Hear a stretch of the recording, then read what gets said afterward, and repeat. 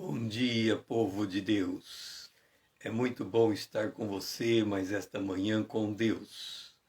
Vamos juntos percorrermos a jornada do tabernáculo de Moisés.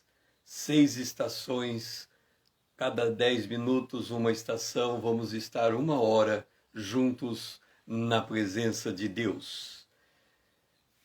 Vamos meditar e orarmos, porque Ele é o nosso Deus, e nós, povo do seu pasto, o povo que Ele pastoreia.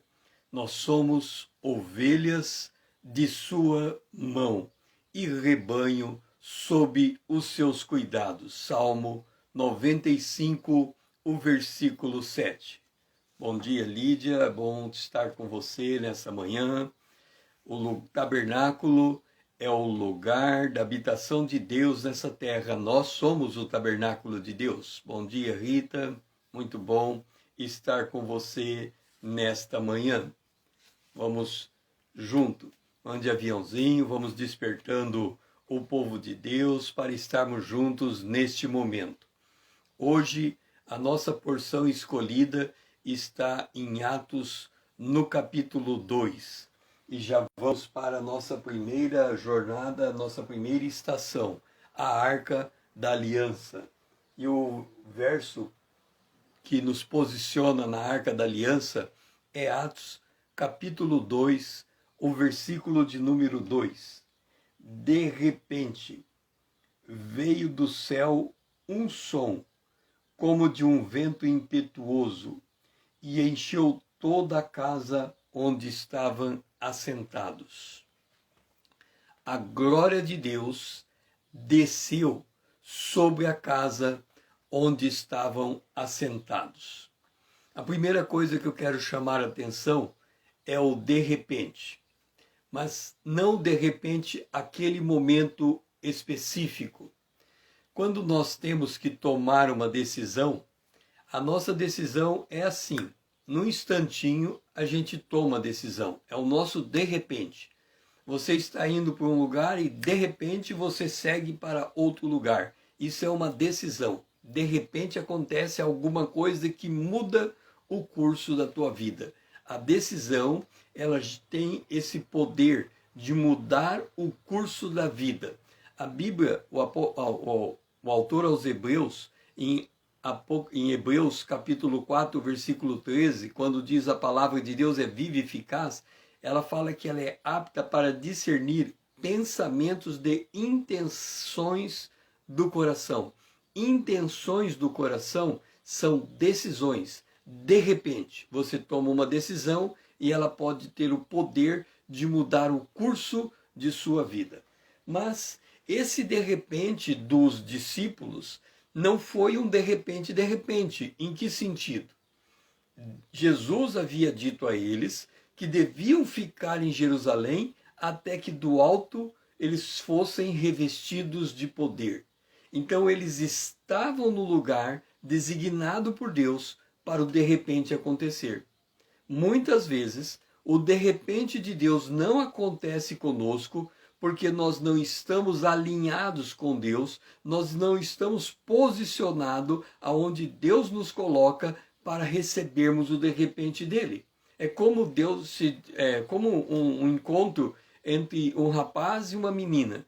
Aí o rapaz fala assim, ó, vamos nos encontrar. A menina fica tão feliz que ela nem observa o lugar que ele está apontando. Vamos nos encontrar. Aí ela saiu, mas onde que ele falou que nós vamos nos encontrar? Ah, eu acho que é no nosso lugar preferido. Aí ele falou que ele queria um lugar diferente daquela vez, ele foi para um lado e ela foi para o outro. O de repente não aconteceu, porque cada um foi para um lugar que pensou que era o lugar de encontro. Então, quando há um de repente de Deus, esse de repente de Deus é em um lugar de encontro. Observe um detalhe importante. Aqui diz, de repente veio do céu um som, como um vento veemente. Um som veio do céu. Um som, nós temos que ter ouvido para ouvir. O salmista diz assim, uma vez diz Deus, 2 vezes ouvi, o poder pertence a Deus. Uma vez disse Deus, duas vezes ouvi, o poder pertence a Deus. A pergunta é, como é que Deus pode falar uma vez e eu ouço duas vezes? Deus fala uma vez, eu ouço duas vezes. Como é que isso pode acontecer? É que nós temos o nosso ouvido natural, do nosso homem natural, e nós temos o nosso ouvido espiritual do nosso homem interior. O nosso homem interior precisa do nosso homem natural para ouvir Deus falar. Só que é assim, a nossa mente, o nosso pensamento está aqui. O nosso homem natural está no nosso coração. Quando nós ouvimos de Deus, a palavra de Deus não desce automaticamente do nosso pensamento para o nosso coração. Por quê? Porque a frequência do nosso coração é diferente do nosso pensamento e a linguagem do nosso coração é diferente da linguagem do nosso pensamento.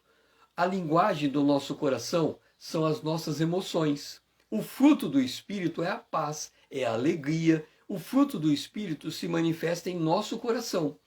A nossa mente funciona os nossos pensamentos, o nosso querer. Aqui está o nosso desejar. Como é que o nosso querer se conecta com o nosso desejar? Quando eu capto o que Deus falou, medito no que Deus falou, e aí a palavra desce, porque eu me alegro com aquilo que Deus disse. Lembra Maria, quando ela leva Jesus ao templo, e ali alguém diz alguma coisa que ela não consegue entender? A Bíblia diz que ela guardou aquilo no seu coração. Se nós ouvimos um som veemente do céu, qual era a expectativa dos discípulos? Fique em Jerusalém até que do alto vocês sejam revestidos de poder. Ora, um som está vindo do alto, um som está vindo do céu. Qual é a expectativa dos discípulos? Está vindo. O que estamos esperando está vindo. O que estamos esperando está vindo. E aquele barulho aumenta a expectativa deles, porque a palavra de Jesus estava no coração deles. Nós temos que sair daqui com a expectativa de que a palavra de Deus vai se cumprir na nossa vida no dia de hoje. Nós temos que alimentar essa expectativa. Nós temos que nos apaixonar por essa expectativa. É por isso que nós temos que amar a volta de Jesus. Porque nós temos que vibrar com o... É assim, para o arrebatamento, a gente precisa fazer um treinamento. A gente precisa treinar o arrebatamento. Como é que a gente treina o arrebatamento? A Bíblia diz que quando a trombeta soar, nós vamos subir, ok? A trombeta toca e nós vamos subir. Como é que você treina para o arrebatamento? Você tem que pular de vez em quando. Você pula, fala assim, é o arrebatamento, e pula para cima. Significa que você está treinando para subir. Então você, de vez em quando, você está lá no banheiro, antes de tomar banho, dá um pulo para cima e fala assim, estou treinando para o arrebatamento, estou querendo... Quer dizer, você está mostrando que você quer se deslocar da terra para chegar no céu. Então, comece a ficar na expectativa da voz de Deus soar no dia de hoje, para o de repente de Deus acontecer na sua vida. Vamos orar nesse sentido. Amado Deus, nosso Pai, nós glorificamos a Ti, porque nós estamos na expectativa do mover de Deus sobre a nossa vida. Nós vamos ficar, Senhor, nesse dia na expectativa de algo grande acontecer conosco. Do de repente, nós queremos estar nessa conexão contigo. Nós queremos estar nesse lugar de encontro. Nós oramos em nome de Jesus, o Teu Filho amado, a quem nós amamos. Amém. Vamos para a nossa segunda estação, altar de ouro. Está no verso 3. E aparecera, distribuída entre eles, línguas como de fogo, e pousou uma sobre cada um deles. Imagina você estar naquele lugar e quando você olha, aquelas línguas de fogo vêm caminhando, né? Você pode fazer igualzinho Moisés. Lembra que Moisés, Deus chama Moisés e fala assim, Moisés, é o seguinte, eu estou chamando você, vem aqui, a gente eu tenho um trabalho para você, um servicinho básico. Qual que é o serviço, Senhor? É o seguinte, você vai lá no faraó e fala com ele que o meu povo vai sair de lá. Como vou falar com ele? Não tem condição, quem sou eu, quem é faraó? Faraó é o homem mais poderoso da terra. Eu sou um pastor aqui de 80 anos de idade que estou esperando a morte. Como é que eu vou chegar lá e falar com ele? Aí Deus diz assim, o que você tem na mão? Aí ele tem na mão um cajado, né? Ele tem na mão um cajado. Aí Deus fala assim com ele, pega esse cajado, só um momentinho. Aqui tem um cajado, né? Pega esse cajado. Aí ele pegou o cajado normal, e falou assim, agora joga o cajado, pega o cajado. Aí ele falou assim, agora esse cajado aqui vai virar uma cobra. Virou uma cobra. O que Moisés fez? Quando ele viu a cobra, soltou o cajado e saiu correndo. Por quê? Ele ficou assustado com o mover de Deus. Quando a gente olha para uma cobra, realmente cobra é perigosa, você tem que fugir dela. Mas Deus havia dito que aquele cajado ia se transformar numa cobra. E por que ele saiu correndo? Porque ele não estava ainda habituado com a manifestação do poder de Deus. Então ele se assustou com aquilo. Agora, quando Deus fala assim, vira a chave para Moisés, o que Moisés faz? Ele vai lá, pega o cajado de a cobra e a cobra volta a ser um cajado.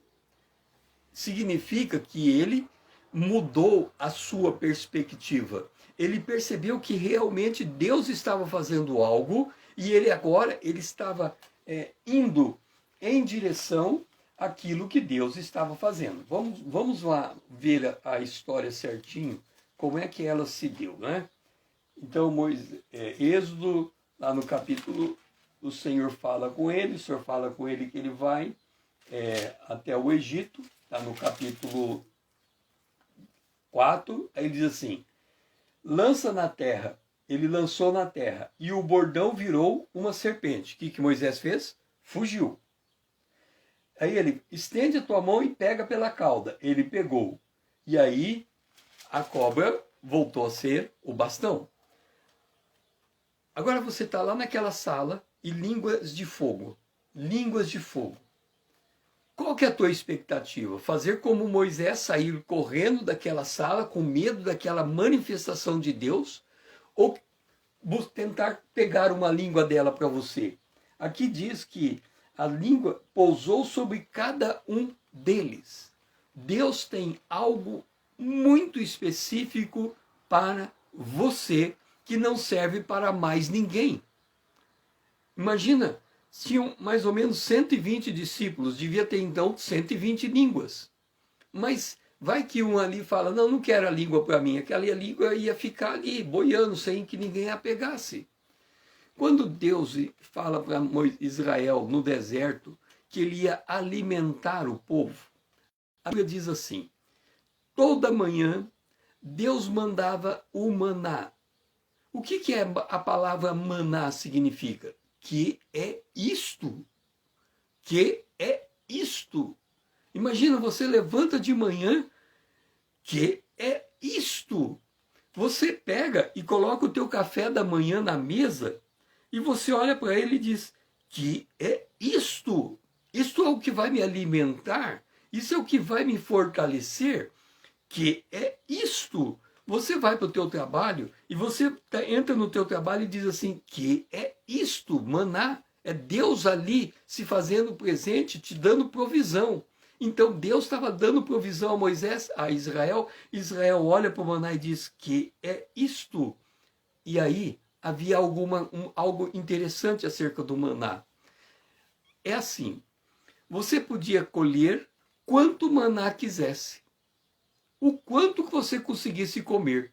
Só que você não podia guardar o maná para o dia seguinte, senão ele apodrecia, à exceção de sexta, que você colhia porção dobrada e servia para o sábado. Olha que coisa interessante. Você senta na mesa e come 200 gramas de maná.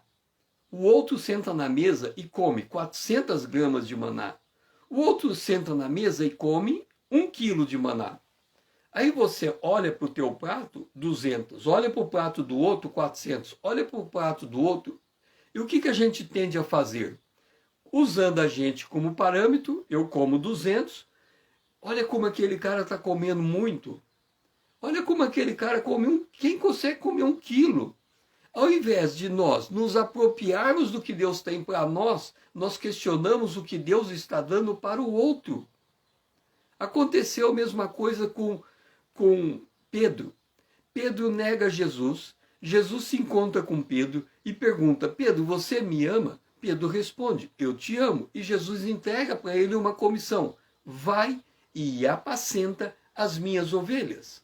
Quando Jesus sai andando com Pedro, João vem atrás. O que Pedro faz? Ele volta para João e pergunta para Jesus: e o que será feito de João? Jesus olha para Pedro e fala: como é que é? Você me negou 3 vezes. Eu te chamei e perguntei 3 vezes se você me ama e você começou a me dizer se não sabia. Você disse amo. Na segunda vez você diz amo. Na terceira vez você disse tu sabes todas as coisas. Tu sabes que eu te neguei. Tu sabes que mesmo assim eu te amo. Você reconheceu tua fraqueza. Agora você quer saber o que eu vou fazer com João? Segue-me você.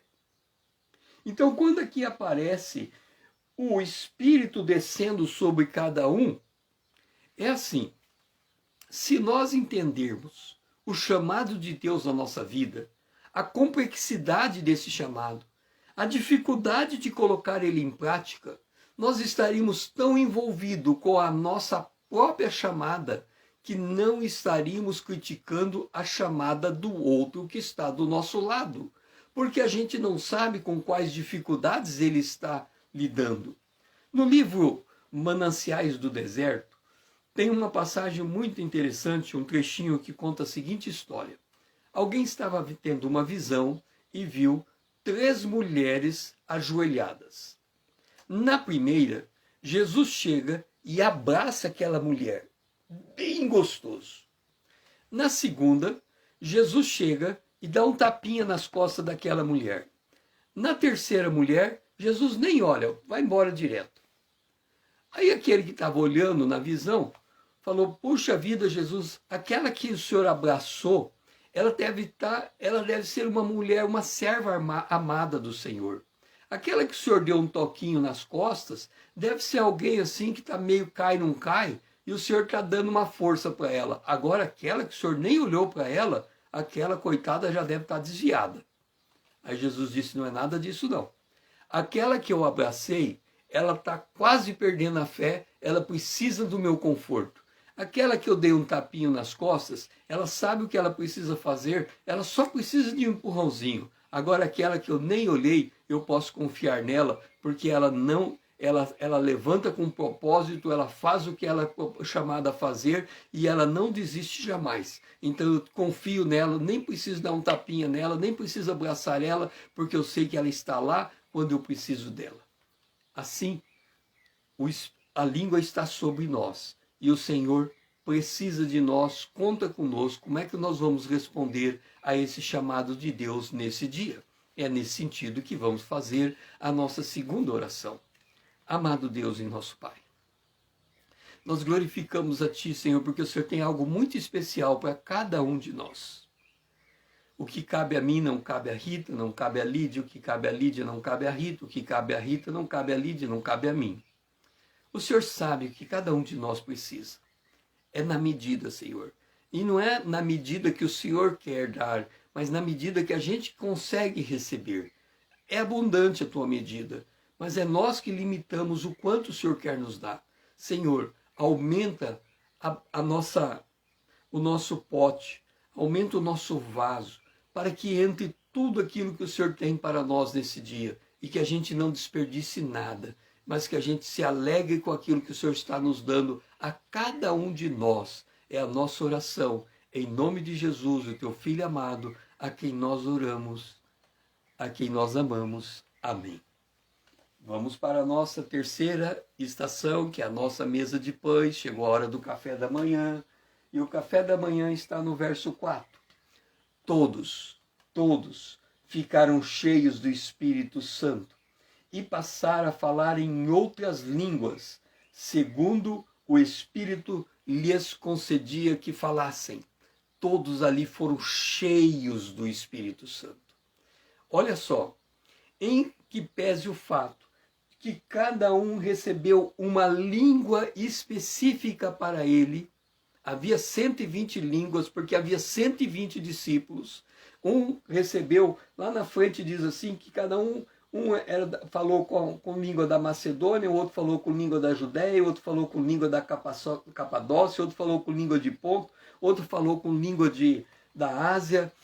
Eles falaram com línguas humanas. Mas a língua que eles falaram é tipo assim, imagina eu falando a língua russa, chinesa, mandarim. Eu nunca ouvi mandarim na minha vida e de repente eu estou falando mandarim. A língua é sobrenatural. Ainda que eles estejam falando uma língua humana, eles sobrenaturalmente estavam falando aquela língua. E observa um outro detalhe. Quando Babel é construído e Deus percebe que eles estão fazendo algo contrário ao plano de Deus, a Bíblia diz que Deus interviu e confundiu as línguas, separou as pessoas uma das outras. Quando vem um Pentecoste, Deus está revertendo a situação. Ele está convergindo as línguas. Ele está dando língua. Aquele que falava a língua hebraica, agora está falando, além da língua hebraica, uma outra língua que vem espiritualmente para ele, dada segundo cada um recebia segundo a porção que Deus lhe entregava. Então, esta nova língua que eles estavam recebendo era a manifestação do enchimento do Espírito Santo que eles estavam tendo naquele momento. Deixe-me dizer uma coisa, as pessoas às vezes perguntam assim, se eu for batizado no Espírito Santo, eu tenho que falar em outras línguas? Quando eu fui batizado com o Espírito Santo, nesse sentido que está colocado aqui, quando eu recebi o poder do Espírito Santo, quando eu fiquei cheio do Espírito Santo, eu não fui batizado, eu não falei em outras línguas. Eu recebi uma energia, um poder, uma alegria tão grande dentro de mim que parecia que eu ia explodir. Eu sabia que eu estava sendo cheio do Espírito Santo naquela forma específica de Deus se manifestar comigo. Então, da mesma maneira como a língua foi distribuída, cada uma sobre uma pessoa específica, de acordo com aquela pessoa, a manifestação do enchimento do Espírito é em conformidade com a necessidade de cada um ter do Espírito se manifestar e ela ter essa convicção de que ela está cheia com a presença do Espírito de Deus. Por outro lado, me deixe falar uma coisa a respeito de falar uma outra língua. A língua estranha é uma língua por meio da qual você fala com Deus. Paulo ensina isso em 1 Coríntios, no capítulo 12. Quem fala em línguas estranhas fala com Deus, fala em mistério, edifica a si mesmo. A língua, ela não é um atributo para manifestação pública. Ela é um atributo para a oração individual. Então, quando a pessoa recebe a língua estranha, é como se ela estivesse recebendo um canal exclusivo com Deus. Ela não sabe orar como convém, mas quando ela ora em línguas estranhas, tudo que ela precisa, ela leva, o Espírito Santo converte naquela língua estranha e entrega diante de Deus exatamente a necessidade que ela precisa. Então a função principal da língua estranha é a edificação pessoal, ainda que, nesse caso aqui, enquanto eles estavam recebendo aquela língua e falando das grandezas de Deus, eles ficaram tão impactados que eles saíram do lugar onde eles estavam, se misturaram com a multidão, continuando falando em línguas estranhas, e porque eles tiveram essa condição, cada um que estava ali, povos de outras nações, entendiam que eles falavam em sua própria língua. Então, ao mesmo tempo em que eles estavam sendo edificados por aquilo que eles oravam, quem estava do lado que ouvia e entendia, porque existe a possibilidade que na língua estranha tem alguém que tenha interpretação da língua, os outros eram edificados pela língua interpretada que era manifestada naquele momento. Isso também acontece. Por exemplo, eu tenho língua estranha e chego num determinado ambiente em que é espiritual e que a língua estranha é aceitável naquele ambiente, mas eu não sei se tem um intérprete ali. Então o que eu faço? Eu começo a falar em língua, aguardando que haja um intérprete. Se o intérprete não se manifesta, ninguém interpreta, então eu me calo, falo baixinho entre eu e Deus, visto que não há interpretação naquele local, então não há necessidade de eu elevar a minha voz em língua. Eu posso orar baixinho e estou edificando. Mas o que eu quero chamar a atenção é noutra coisa. Vamos supor que você é batizado com o Espírito Santo e recebe uma outra língua estranha. Mas uma outra língua estranha do tipo assim, baracá, baracá, baracá. Só que você tenta falar e só sai essa palavra, baracá, baracá, baracá. É uma língua estranha. Eu estou inventando uma coisa estranha, mas não estou dizendo que isso é a minha língua estranha. Estou apenas dando um exemplo do que seria uma língua estranha. Baracá, baracá, baracá. E você fica repetindo aquela palavra e você fala assim, por que outros têm variedade de línguas e eu só consigo falar essa coisinha pequenininha, baracá, baracá? É assim. Imagina você que essa língua diz assim, Senhor, tem misericórdia. Senhor, tem misericórdia. Aquela palavra pequenininha é a expressão da sua maior necessidade colocada numa outra língua. E como o nosso coração é endurecido, imagina que água mole em pedra atura, tanto bate até que fura. Ou seja, se você continuar usando aquela única palavra que Deus está dizendo, é como se você falasse baracá, baracá, baracá, é como se você dissesse, tem misericórdia, tem misericórdia, tem misericórdia, tem misericórdia, tem misericórdia.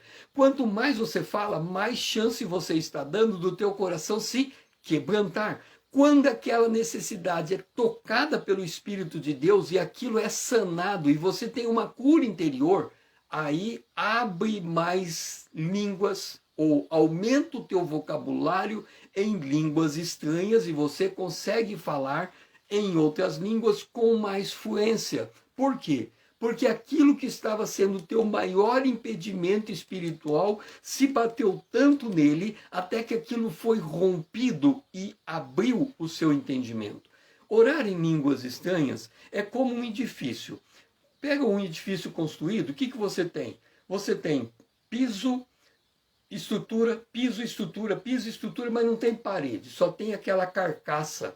E você olha assim e fala, puxa vida, olha esse edifício, tem 10 andares, mas esse edifício residencial ou será um edifício comercial? Você não sabe. Quando coloca a parede, você fala, ó, pela parede, isso é um edifício comercial. Pela parede, isso é um edifício residencial. Por quê? Porque a parede deu sentido. Quando você ora em línguas, você está aumentando a tua estrutura espiritual e essa estrutura espiritual precisa de paredes para fazer sentido. Qual que é a parede? É a palavra de Deus. Quando você aumenta a estrutura, a palavra de Deus vai ganhando sentido. E quando a palavra de Deus vai ganhando sentido, você aumenta o teu amadurecimento na fé. Então, a oração em línguas tem por objetivo aumentar a minha estrutura espiritual para que a palavra de Deus que eu estudo e que eu medito nela vai formando as paredes para que para que toda aquela estrutura faça sentido. Então os discípulos foram cheios do Espírito Santo e falavam em outras línguas, sendo edificados por elas na presença de Deus.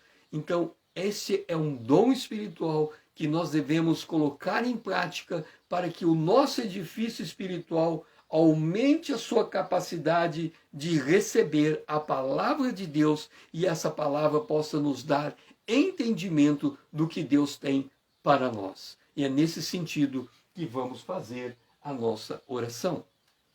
Pai, que nós possamos nesse dia receber o dom do Espírito Santo em línguas estranhas. e recebida esta língua, que possamos colocá-la em prática. Orar, porque estamos agora entendendo que ela representa a expressão da nossa maior necessidade.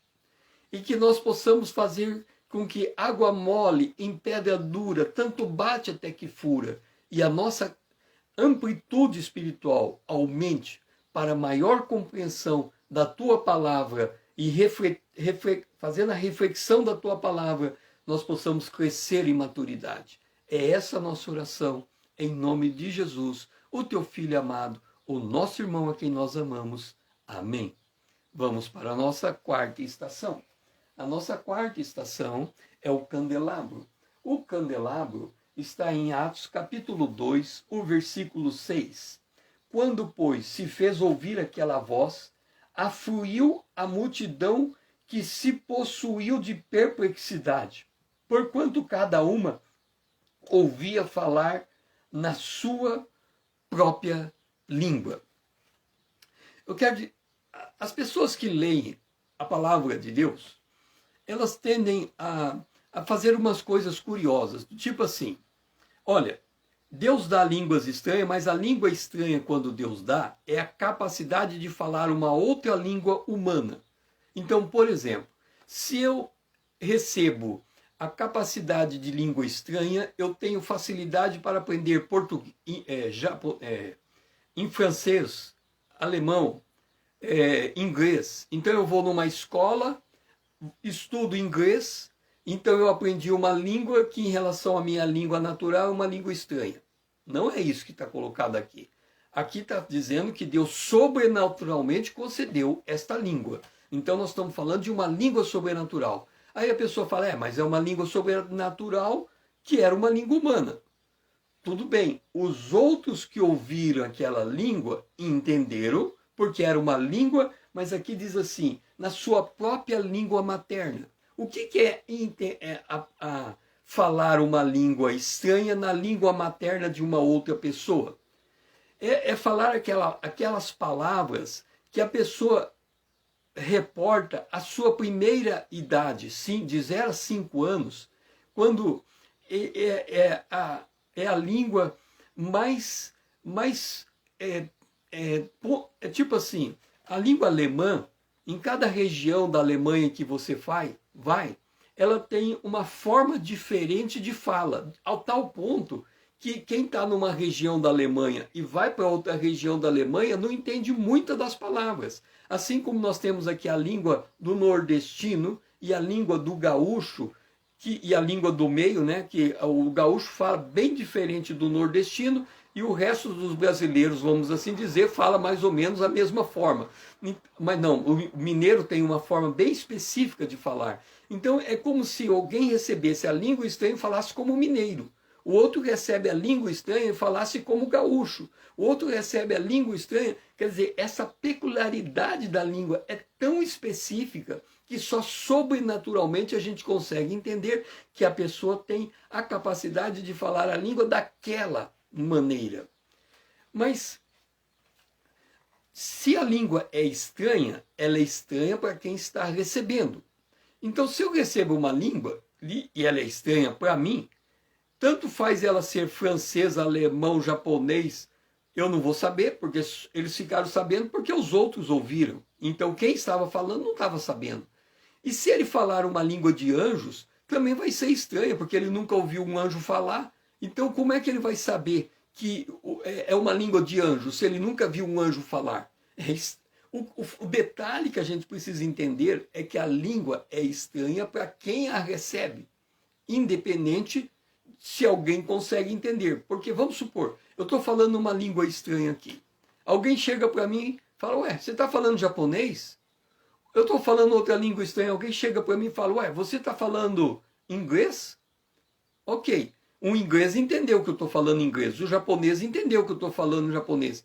Agora, e se eu estiver falando uma língua de anjo? Quem é que vai chegar aqui e vai dizer para mim, você está falando uma língua de anjo? Só se um anjo descer e falar, olha que legal, ele está falando nossa língua. Mas eu não vou saber que ele está falando, que ele sabe que eu estou falando a língua dele. Então, a língua estranha é estranha para mim, independente se alguém outro, seja um anjo, seja um homem, consegue entender o que eu estou falando. Ok? Mas existe um detalhe interessante acerca da língua estranha. Aqui diz que cada um ouviu falar na sua própria língua. Eu tenho notado que quando a gente ora em línguas, a gente recebe dois tipos de línguas. Existe uma língua que a gente recebe na oração, que é a nossa língua básica. Vamos supor o seguinte: eu estou falando português, que é a minha língua natural, e eu recebo uma língua estranha para entendimento, que seria a língua inglesa. Então eu sei falar inglês em língua estranha, apesar de não entender o que eu estou falando, porque quem fala em língua estranha não entende, a não ser que haja interpretação. Então eu falo inglês sem entender inglês. Essa é a lógica da língua estranha.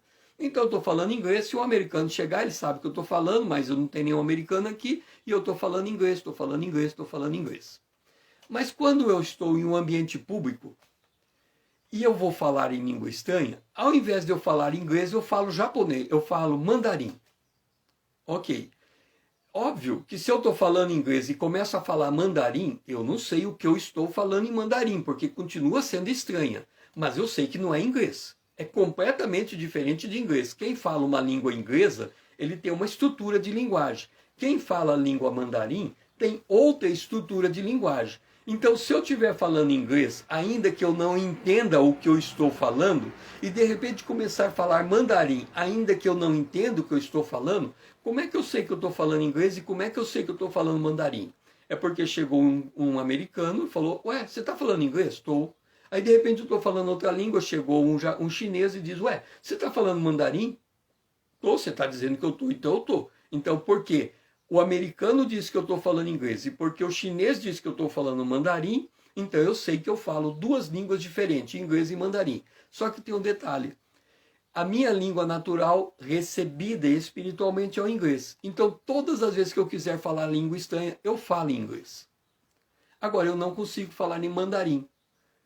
Mandarim eu só vou conseguir falar se houver uma ação sobrenatural do espírito que ativa aquela língua. Então eu falo mandarim, mas quando aquilo é desativado, eu não consigo nem tentar imitar a língua que eu terminei de falar. O que significa isso?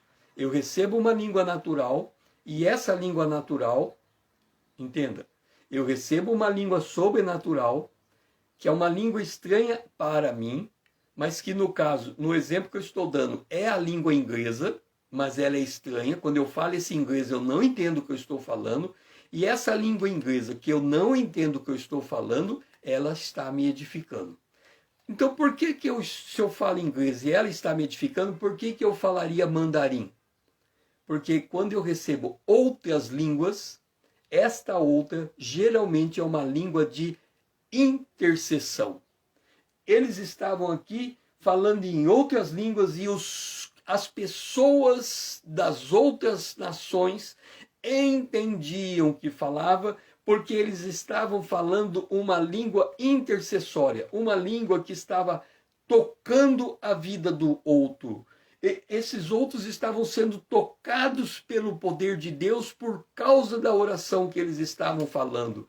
Então, muitas vezes, acontece de eu estar orando a minha língua natural, espiritual, que eu sei que toda hora que eu quero falar, ela vem na minha boca e eu consigo falar aquela língua, mas de repente, num dado momento, Deus muda aquela língua por uma outra língua sobrenatural, que eu só consigo falar naquele momento e depois ela desaparece. Aquela língua que veio é uma língua intercessória. Por isso que aquela multidão ficou possuída de perplexidade, porque eles ouviam as suas maiores necessidades sendo expressas pela língua estranha daquele que estava orando em línguas estranhas. E aí eles ficaram de fato maravilhados. E é nesse sentido que nós vamos fazer a nossa quarta estação, a nossa oração. Pai, o Senhor age por nosso intermédio e muitos ficam impactados com o que o Senhor está fazendo. A obra que o Senhor tem não é só conosco, mas ela tem que se refletir naqueles que estão do nosso lado. Eles têm que ver Cristo em nós. Senhor, que este dia seja um dia em que esse impacto nos seja discernido. Ainda que a gente faça algo que a gente não consegue perceber nem entender, que é o Senhor agindo através de nós, mas que pela boca de outros que estão em nossa volta, eles possam testificar a presença de Deus em nossa vida e a gente consiga, nessa testificação, nos alegrarmos diante de Ti, por percebermos que o Senhor está fazendo esta obra conosco e através de nós. Nós oramos. Em nome de Jesus, o Teu Filho amado, a quem nós amamos. Amém. Vamos agora para o pátio, né? Quando a gente sai do lugar santo e vai para o pátio, a coisa costuma dar uma apertadinha, né? Já que nós estamos nos preparando para sair do tabernáculo e enfrentarmos o dia que temos pela frente. Então, na pia de cobre, nós estamos no verso 7. Estavam, pois, atônitos e se admiravam, dizendo: Vede, não são porventura galileus todos esses que aí estão falando? Deixe-me dizer uma coisa. Não são porventura galileus esses que estão falando em outras línguas? A Lídia tinha dito que a palavra que tinha que usar era sotaques. É verdade. Eles receberam línguas estranhas com sotaques.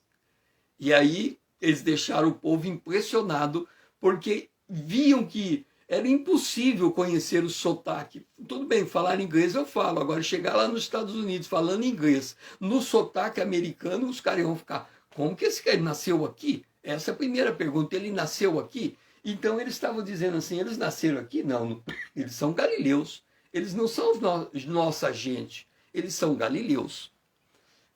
Quando a gente... Nós temos sede de Deus. E quando a gente pensa nesse mover de Deus sobre a nossa vida, como é que a gente pensa que seria receber o Espírito Santo e ficar cheio do Espírito Santo? Tipo assim, vamos pegar o caso de Mateus. Mateus era um coletor de impostos. Está ele coletando impostos, trabalhando como coletor de impostos. Aí Jesus passa ali e fala: Mateus, segue-me. E ele abandona a profissão e segue Jesus.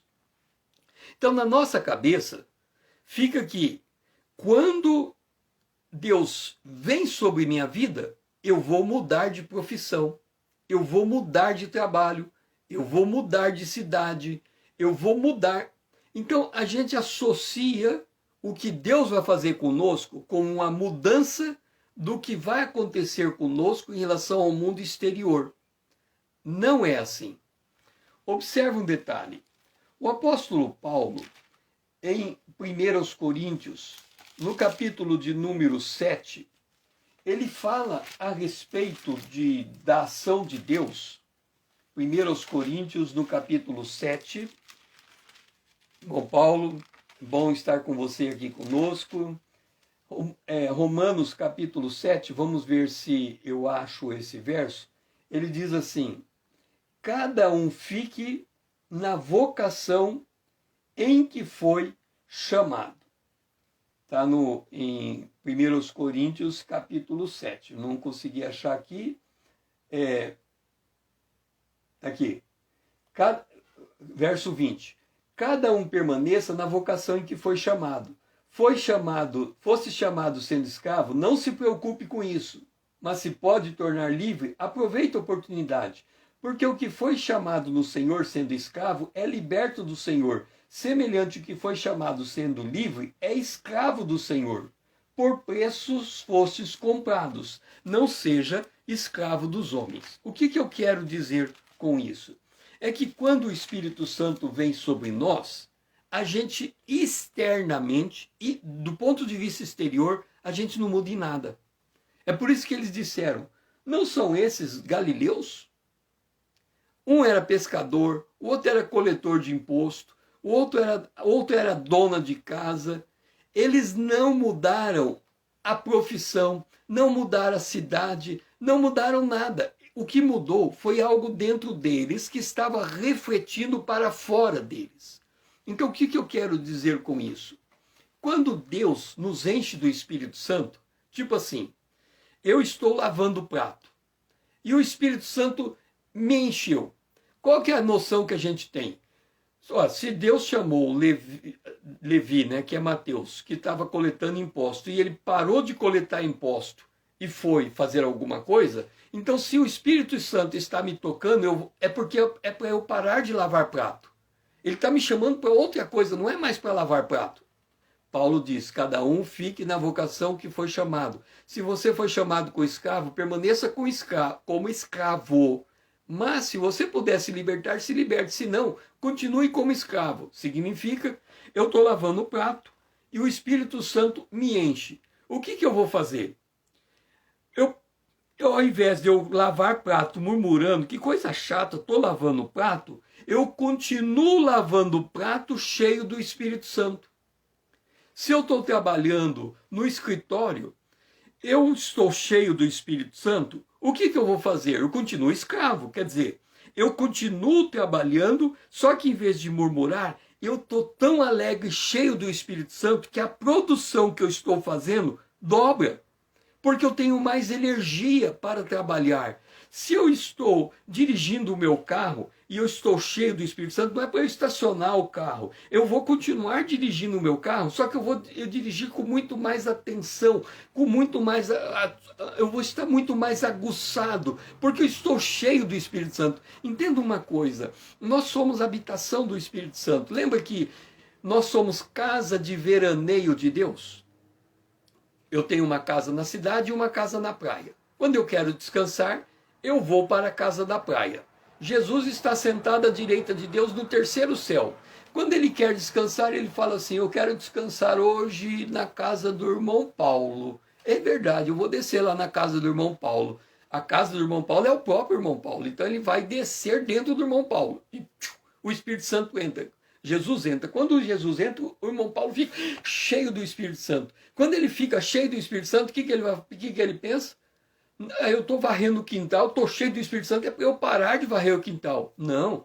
Jesus quer varrer o quintal com o irmão Paulo. Então ele está cheio do Espírito Santo para continuar varrendo o quintal, porque Deus quer fazer aquilo junto com ele. E aí às vezes a gente, ao invés de aproveitar a oportunidade para fazer, Senhor, já que o Senhor está aqui, olha o que eu estou fazendo, eu estou estudando matemática, me ajuda aqui, olha, eu estou cheio do Espírito Santo e quero aprender mais da matemática. É isso que eu queria fazer com você, eu queria vir nessa casa de veraneio, que eu queria descansar, eu queria aprender matemática junto com você. E é isso, eu estou aprendendo matemática. Aí o Espírito Santo chega em mim, eu tô andando na rua, fui fazer compra no supermercado e o Espírito Santo chega e eu entro no supermercado. Senhor, é para eu parar do supermercado e ir para a igreja? Não, continuo no supermercado porque eu quero andar no supermercado junto com você, que eu quero fazer compra junto com você. Então você está cheio do Espírito Santo para ele fazer compra junto com você, para escolher melhor as mercadorias.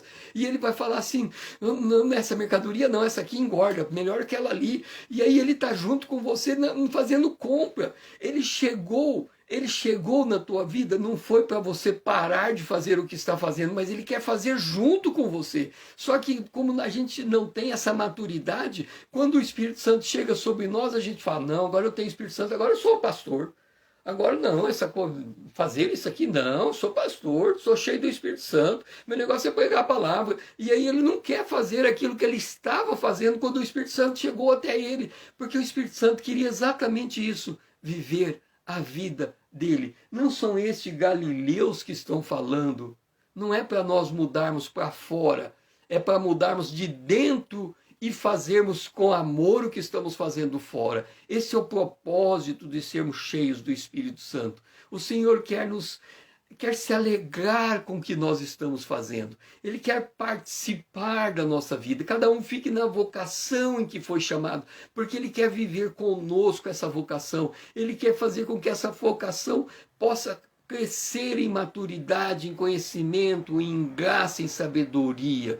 E é nesse sentido que nós vamos fazer a nossa oração. Pai, nós glorificamos a Ti. Porque a presença do Teu Espírito Santo sobre nós hoje não é para nós mudarmos a nossa atividade durante o dia. É para o Senhor viver junto conosco estas atividades.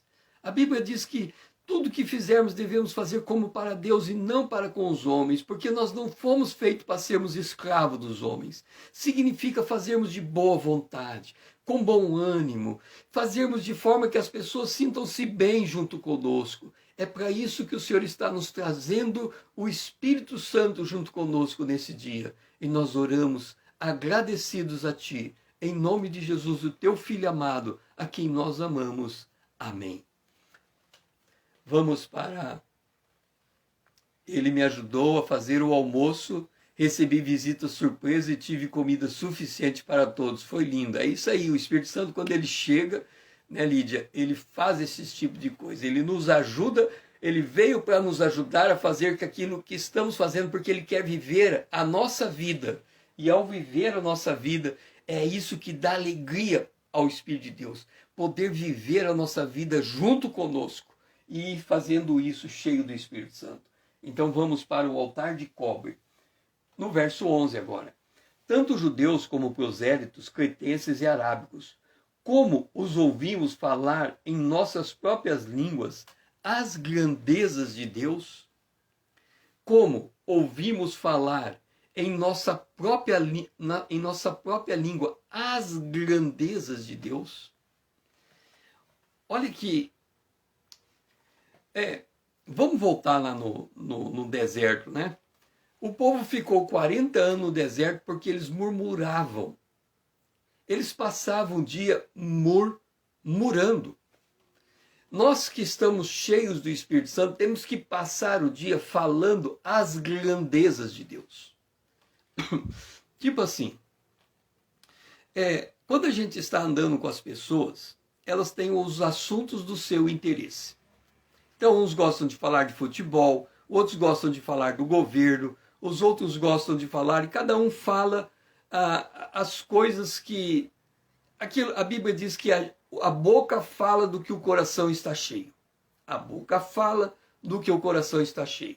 Agora vamos voltar aqui. Lembra que Deus não quer que a gente mude. Deus não quer que a gente mude o que nós estamos fazendo. Aí você está falando com alguém que ele só fala em futebol. Que nós temos que falar das grandezas de Deus.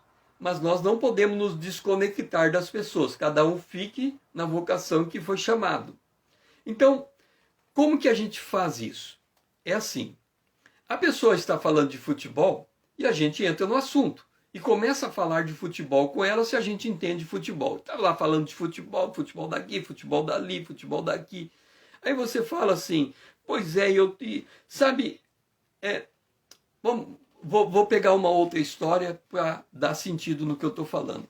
A pessoa está falando lá de medo, né? Teve um dia que eu fiquei com medo. Eu estava brincando quando pequeno e começou a fazer aquelas brincadeiras de bruxaria e eu fiquei com medo de bruxa, essas coisas. E a pessoa está falando de medo lá. Aí você fala, rapaz, você está falando de uma história de medo quando você era pequeno. Eu também tive um momento que eu passei um medo terrível. Eu estava cruzando uma rua e um monte de cachorro saiu correndo atrás de mim. E eu corri uns 100 metros com um monte de cachorro. Eu devia ter uns 10 cachorros correndo atrás de mim. E eu só ouvia grito das mulheres sentadas na calçada gritando, sai cachorro, sai cachorro, sai cachorro. E eu correndo. Depois que eu saí dali daquele dia, um cachorro latia e eu ficava assustado. Um cachorro latia e eu ficava assustado. Podia ser um cachorro pequenininho. Eu perdi o controle emocional. Aí a pessoa fala, puxa vida, isso é terrível, o teu medo é maior do que o meu medo. E assim a gente começa a conversar sobre medo, né? Só que a pessoa está conversando sobre medo e continua medrosa. Eu estou conversando sobre medo porque eu quero contar uma experiência que eu tive com Deus. Mas eu não quero simplesmente abrir essa experiência, eu quero que ele fique interessado. Então é igualzinho um vendedor. Ele falando de medo, eu falando de medo, ele de medo, eu de medo. Só que aqui está dizendo... Eles ficaram falando na nossa própria língua as grandezas de Deus. Mas eu estou falando de medo. Mas é o assunto. O cara está falando de medo, eu estou falando de medo. Aí uma hora o cara chega para mim e fala, César, o teu medo é maior do que o meu. Você está dizendo que um cachorro late, um cachorro vira-lata, um pincher. Se ele latir, você fica com medo? Fico. E a Bacê, se ela latir, fica com medo? Fico. E como é que você vai viver desse jeito? É o seguinte, de fato, eu tinha um medo terrível. Mas um dia eu falei assim, Deus, eu quero que o Senhor cura do meu medo. Eu não posso viver com medo de cachorro. Latir cachorro, eu vou ficar com medo. O cachorro está atrás da grade, está amarrado. E só porque ele latiu, eu estou perdendo completamente. Aí o cara, e Deus ouviu a tua oração? Você nem imagina como. Deixa eu te explicar. Eu morei um tempo nos Estados Unidos. E aí eu morava, a gente tinha escola uns 3 quilômetros da casa. Então a gente ia de ônibus para a escola. Ou a gente tinha uma estrada, o ônibus passava naquela estrada, a família nos deixava naquele ponto e a gente pegava o ônibus e ia para a escola. Mas aquele percurso, a minha família ia me pegar e eu fazia aquele percurso de carro. Só que naquele dia minha família não foi. Eu tive que andar sozinho. Então estou andando, imagina você andando 1 quilômetro com cercas, tipo se fosse pequenas propriedades rurais. E eu estou andando lá, cerca de um lado, cerca do outro. Aí quando eu vou lá no final, tem uma curva. E quando eu faço aquela curva, se eu andar mais 150 metros, eu chego em casa. Então, quando eu chego naquela curva, tem uma ponte e passa um riozinho naquele lugar. Mas quando eu estou chegando na curva, o que acontece? Tem um portão, o portão abre, um Doberman para na minha frente. E agora? Olhei para trás, não tinha como correr para trás. Olhei para o lado, escrito cerca elétrica. Olhei para o outro, era uma cerca que se eu pulasse por cima, o cão passava por baixo. Eu não tinha como correr. Fiquei 5 minutos olhando para o Doberman. O Doberman ficou 5 minutos olhando para mim. Ninguém fazia nada. Até que o dono percebeu, chamou o Doberman e eu passei. E depois daquele dia, eu percebi que eu tinha sido curado do medo de cachorro. Isso é falar as grandezas de Deus, mas falar com sabedoria. Não é simplesmente sair falando de Deus e falando de Deus sem a pessoa querer ouvir, mas é entrar no assunto dela e trazer ela para o assunto de Deus. Com a vontade dela, com a permissão dela. Isso é falar com sabedoria. A frase do dia é: nesse dia eu foco na grandeza de Deus. Mas significa isto, significa que eu vou entrar num assunto das pessoas e vou aproveitar aquele assunto para levar uma experiência de Deus ao coração daquela pessoa, desde que aquela pessoa queira ouvir o que eu estou falando. E ela vai abrir o coração primeiro, ela vai pedir para eu contar. E quando eu começar, eu ter essa permissão da pessoa, então eu vou falar das grandezas de Deus. Pai, eu oro nesse momento, para que nesse dia eu tenha foco na tua grandeza.